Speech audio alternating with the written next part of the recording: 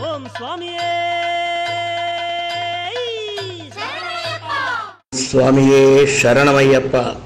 ధర్మవరం ప్రజలకు శ్రీ అయ్యప్ప స్వామి మాల ధరించి భక్తులకు గురుస్వామి పీజే విజయ్ కుమార్ చేయు విజ్ఞప్తి.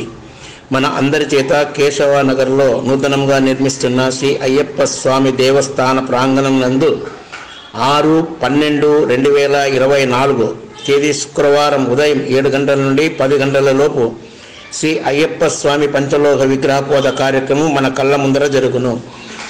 కనుక బంగారు వెండి నగదు ఇచ్చు దాఖలు బంగారు వెండి ఒక రోజు ముందుగా శ్రీ విజయ్ కుమార్ గురుస్వామికి భజన మందిరం ముందు ఇచ్చి రసీదు పొందవలేను.